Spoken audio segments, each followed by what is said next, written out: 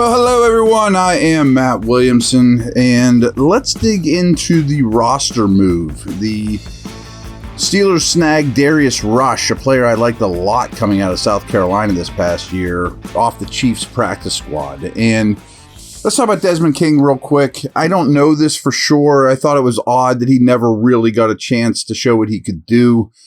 But my hunch is they see outside corners, and King's done both, but he's more of a slot. That they see outside corner as a bigger need than slot, because I think they project Peterson to go inside, and Rush is definitely an outside corner. 100%. So I think that's why this move was made, or they just decided, hey, we liked Rush a lot too. Kind of like when they drafted Trice. Did we plan on drafting two corners high? But, we'll talk about him in a minute. Anyways, I think King was probably moved on from because he is more of a slot. And frankly, their secondary is so slow, it got a lot faster today. They're also the fifth highest man coverage team in the entire league. And King's more of a zone guy. Rush is definitely much more of a man coverage, long, lean guy. So let's talk about what he is. Here's where his measurables at the combine. Just under 6'2", just under 200 pounds, long arms, 33 3/8 long arms, 4.36 40 with a really good 10-yard split, good 20-yard split, good not great jumps, 35-inch vertical, 10'1" broad.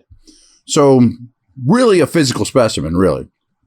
And I'm going to read some stuff from Dane Brugler's The Beast, because I think it's very, very accurate. And Dane had him as his 9th ranked cornerback in this draft, even ahead of Cam Smith, who was a second-round pick of the Dolphins, who also went to South Carolina. They had two corners drafted reasonably high in this draft.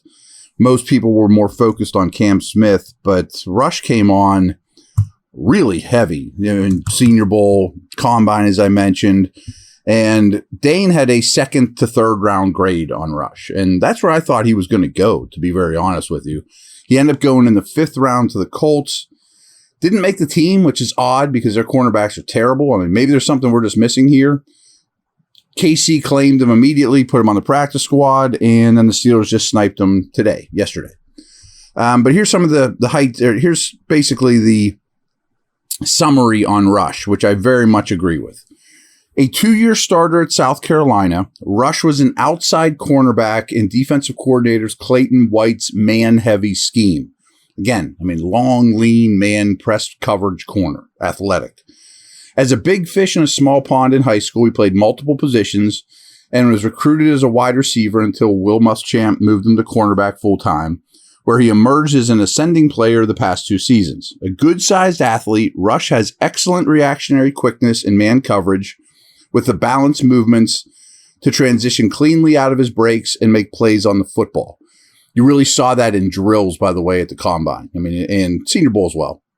Though he does a great job closing space in coverage, his route anticipation is still a work in progress, and his play strength must improve to better match up his physical NFL with physical NFL wideouts.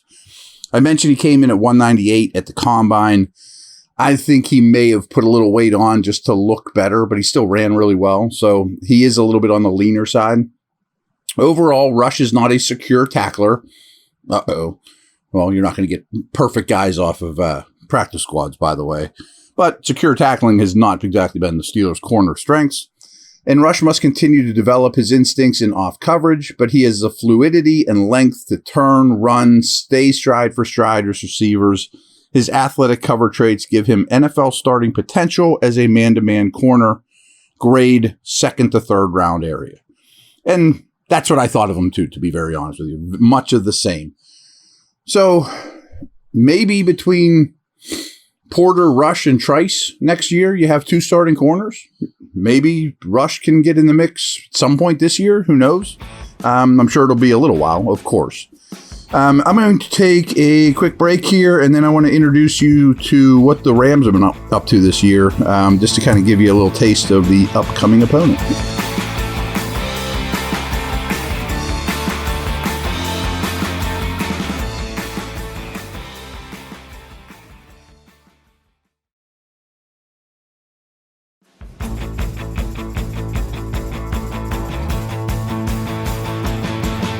All right.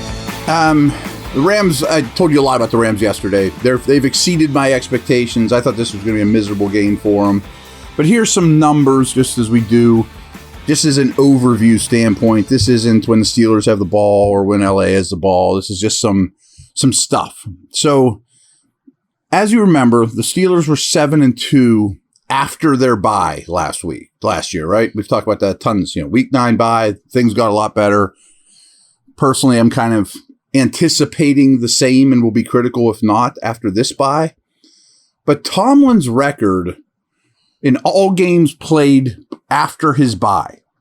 So, example, they were 7-2 last year. If you combine that every season, he's 61, 28, and 1 in all games played after a bye week. I mean, like all games, not just the game after the bye week. 61, 28, and 1. Maybe he gets things fixed during the bye. Speaking of which, Pittsburgh has won their last 6 games coming off of their bye, the game after the bye. And just 3 teams are undefeated the game after their bye since 2017. Steelers are obviously one of them. For his career, Tomlin is 12-4 in the game after the bye. 2 weeks to prepare. Pittsburgh has split their 2 road games this year. Rams are home at 1-2. Their point differential is plus 21 compared to minus 31 for the Steelers. Mentioned the home road thing, but I really think there's going to be 50% of you guys there. And this is going to be a very home-like environment. The current record of the 3 teams that Los Angeles lost to is 13-5. The 3 teams they defeated this year are currently a combined 7-10. They lost to the Eagles and they lost to the Niners. So not a lot of shame in that. The Steelers have been outrushed this season by 317 yards in 5 games. And Pittsburgh's opponents average 1.4 yards more per carry than the Steelers have produced. So every handoff in a Steeler game has basically been minus 1.4 yards for the Steelers, plus 1.4 yards for the opponent. That's terrible. Meanwhile, LA has 304 more passing yards than their opponent, which is just over 50 per game to their advantage. They've played 6 games, so on average, they throw for about 50 yards more than their opponent. How about this? Over the course of their careers, Aaron Donald has 105.5 sacks in 144 career games. That's 0.73 sacks per game. Basically, 3 out of 4 games in his career, Aaron Donald gets a sack. TJ Watt has played 92 games and has 85.5 sacks per game. That's 0.93 sacks per game. Pretty crazy. Time of possession. Rams hold the ball for 30-37. Steelers are at 26-52, which is only better than Minnesota and Denver. Yuck. This is crazy. The Steelers have had a lead on the scoreboard. So they've snapped the ball on offense with a lead 23.4% of their snaps. That's the lowest team. That's the lowest percentage of any team with a winning record. Steelers are plus 5 in turnover differential, taking the ball away 11 times while only losing 2 fumbles and throwing 4 interceptions through 5 games. The Rams are minus 1, having only taken the football away 5 times in 6 games. But Los Angeles offense has only lost 1 fumble this season. The average drive in a Steelers game favors the opponent by 6.13 yards. Only 4 teams are worse. So just like we were talking about with the rushing, every drive that's happened in the Steelers game, the opponent has gained 6.13 more yards than the Steelers. They're also 6th worst in points per drive in this capacity, and 5th worst in touchdowns per drive, and last in punts per drive when you combine both sides of the ball. So the differential of when you're on defense versus offense, what you cause, what you do, they're the worst. They're terrible in yards per drive, points per drive, touchdowns per drive, punts per drive. So it's not just the offense. Steelers' average drive begins at their own 26.7 yard line, Only 6 teams start drives in worse field position. So it's as if things weren't hard enough for this offense against the hardest slate of defenses in the league thus far. Only 6 teams have started with worse starting field position. One of those teams are the Rams, though. Their average drive starts at the 26.5-yard line. Last thing here for you today, Pittsburgh's opponents have been penalized 14 more times than the Steelers. Pittsburgh is plus 125 in penalty yardage. Los Angeles happens to be dead even, having been penalized 36 times, the same number as their opponents. So that is one thing that has worked in the Steelers' advantage in terms of hidden yardage. Penalties have been good. All right, we will talk tomorrow about both sides of the ball, predictions, all that kind of good stuff coming up the rest of the week. Take care.